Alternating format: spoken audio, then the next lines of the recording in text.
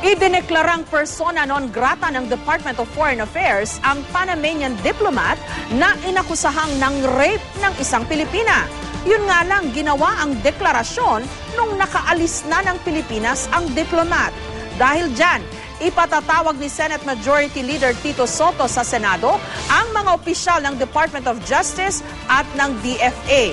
Nagpabaya raw kasi ang dalawang ahensya. May report si Lia Manyalak del Castillo.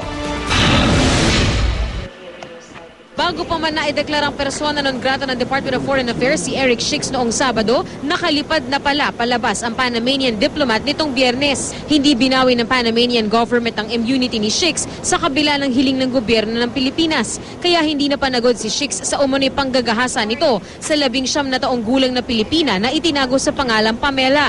Ikinadismaya ni Senate Majority Floor Leader Tito Soto ang umano'y pagpapabaya ng Department of Justice sa pag-alis sa bansa ni Shix. Masamang black eye ito sa bansa natin. Ang ibig sabihin at na mensahe sa mga ibang bansa pwede palang mambaboy at mambastos ang mga diplomat agents or diplomats. Kaya't pinapatawag ni Soto ang mga opisyal ng DOJ at DFA sa gagawing investigasyon ng Senate Committee on Foreign Relations. Pero umaalma si Justice Secretary Laila De Lima sa paninisi ni Soto. Nakakalimutan na ata ni Senator Soto na the power of the DOJ to issue watch lists or HDO had been restrained by the Supreme Court. So wala akong basehan para pigilan siya.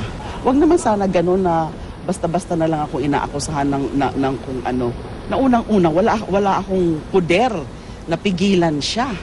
So would you say, ma'am, na unfair po yung... Very unfair. Sa ilalim daw ng DOJ Department Circular 41 na inilabas sa panahon ng Administrasyong Arroyo, binigyan ng kapangyarihan ng DOJ na magpalabas ng watch list at whole departure order para pigilang makaalis sa bansa ang mga personalidad na nahaharap sa mga kasong kriminal sa bansa. Ito ang mismong ginamit ni De Lima ng pigilan nitong makaalis sa bansa si Pampanga Congresswoman Gloria Arroyo nitong Nobyembre 2011. Pero nagpalabas ng TRO ang Korte Suprema laban dito at hanggang ngayon, hindi pa rin nare-resolba ng Korte ang issue sa legalidad ng kapangyarihan na ito ng DOJ. Pero di ito tanggap ni Soto, babala niya pa. Mahihirapan sa amin pagka ganyan ng mga kilos, hindi ba? Ewan ko lang kung anong magandang explanation na pwede nilang gamitin dyan. Matatanong namin siya rito sa Commission on Appointments. Kung sinasubmit siya, mabuti para makausap natin siya at napakaraming dapat niyang sagutin. Sa ilalim daw kasi ng Vienna Convention on Diplomatic Relations, hindi layunin ng pagkonsinti sa anumang pag-abuso o paglabag na posibleng nagawa ng isang diplomat. Ito rin ang pananaw ni Senadora Loren Legarda na chairman ng Senate Committee on Foreign Relations. Maliwanag na nga sa Vienna Convention Ang linaw Pag hindi sa official function ginawa yung krimen, hindi siya covered. It's as simple as that. Iit ni De Lima, may maaari pa namang gawin ng gobyerno para mapanagot si Shix. Pero ang bola raw, nasa DFA na.